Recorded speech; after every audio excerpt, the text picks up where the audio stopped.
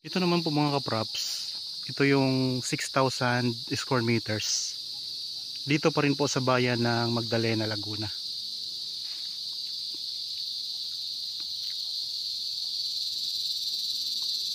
Yan ang mga tanim oh. Maraming mga lansones. Patag ang lupa. Ang daming lansones mga kaprops.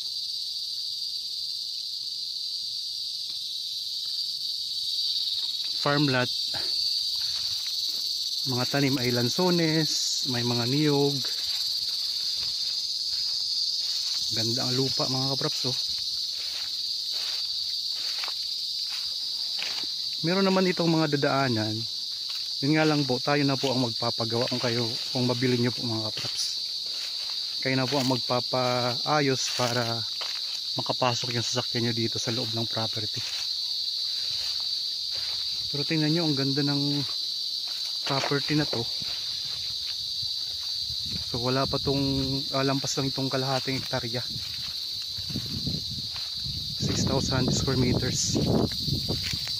Titulado din to, Hazel? Titled? So titulado din to mga kaprops. Yan, ikot ko lang ang camera ha.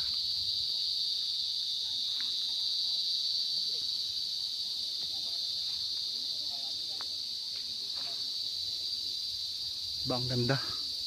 Tapos mayroon kayo doong mountain view. Natatakpan lang po ng puno ng niyog mga kaprops.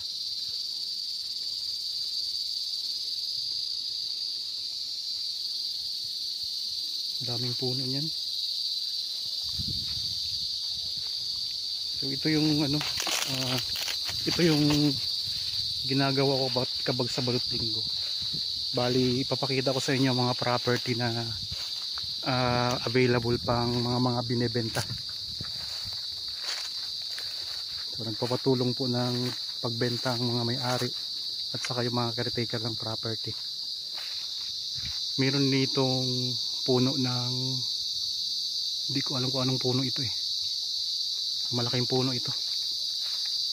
Yan, may mga niyog dito, maliliit pa nga lang po. May mga bulaklak naman na. Yan, may bunga na yung isa. Yan yung boundary nito, yung masukal na yan. Yan yung boundary ng property na to. So sa ngayon, daang tao pa lang po ang pagpunta dito sa property mga kaprops. Pero pwedeng pumasok ang motor. Yan ang motor namin. So ito yung 6,000 square meters. Ganda mga kaprops. Kaya kung interested kayo dito sa farm lot na to, ayan lang po ang mga contact details namin. Pwede kayong tumawag sa amin sa pamamagitan ng Viber, cellphone number, Facebook Messenger, meron tayong WhatsApp. Tapos sa mga viewers naman natin ngayon na nasa ibang bansa, pwede kayong tumawag sa amin sa Viber at saka WhatsApp mga kaprops.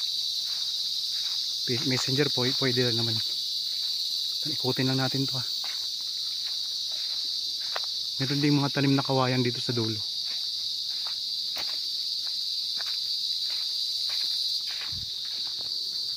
Ang distansya nito sa main barangay road ay nasa 1 kilometro mga kaprops. Pag inurasa natin, nasa kulang-kulang 5 minutes travel time. Pero pag naayos na yung kalsada, mabilis na po ang pagpunta dito. Siguro mga mahigit 2 minuto lang. Ayan, ang lupa niya nababalot na ng Carabao grass yan. Maganda.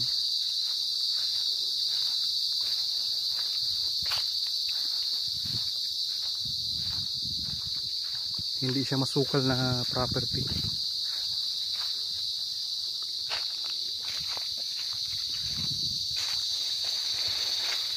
Nandito tayo sa kabilang side ngayon. Sa may bungad mga kaprops. May mga kulisap na natunog.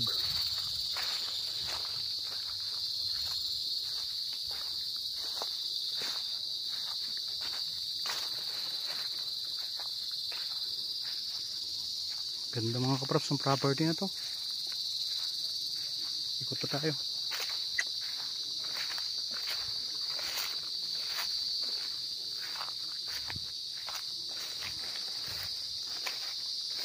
Yan po, dami rin mga lansones. Dami ko nakuha ang bayabas. Kuyaw.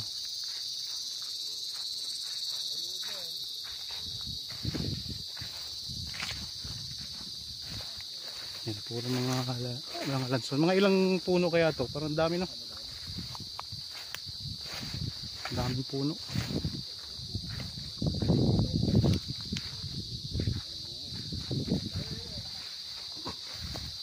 Mga ano lang to, native lang. Mga native ang lahi ng mga lansones.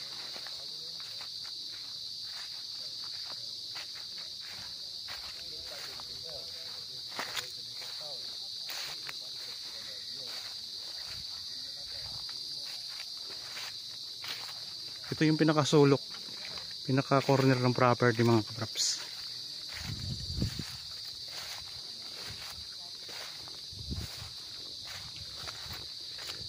Kung gusto nyong, kung may mga tanong pa po kayo na wala dyan sa description box, kontakin nyo lang po kami para masagot namin yung katanungan ninyo mga kapraps.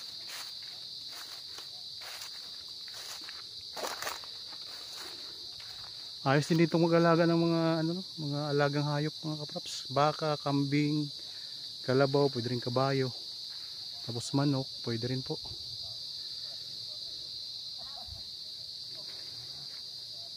Ulitin ko lang mga kapraps, itong kinaroroonan natin ngayon, ito yung property na for sale, 6,000 square meters dito sa bayan ng Magdalena, Laguna.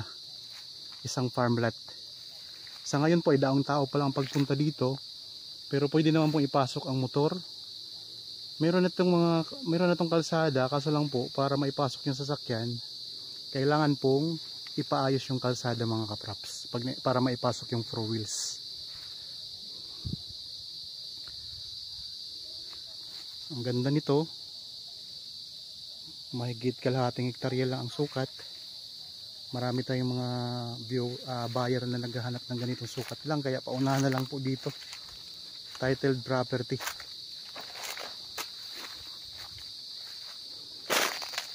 Ang distansya nito sa Manila nasa 3 oras lang po.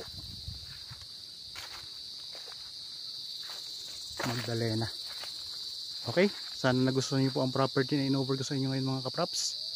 Para po sa mga bago pa lang sa aking channel at napadaan lang po dito sa aking channel, huwag niyo pong kalimutang mag-subscribe at pindutin na rin po ang notification bell para maging updated kayo sa mga bagong property na i-offer namin. Maraming salamat po. Lagi tayong mag-iingat at God bless po sa ating lahat mga kapraps.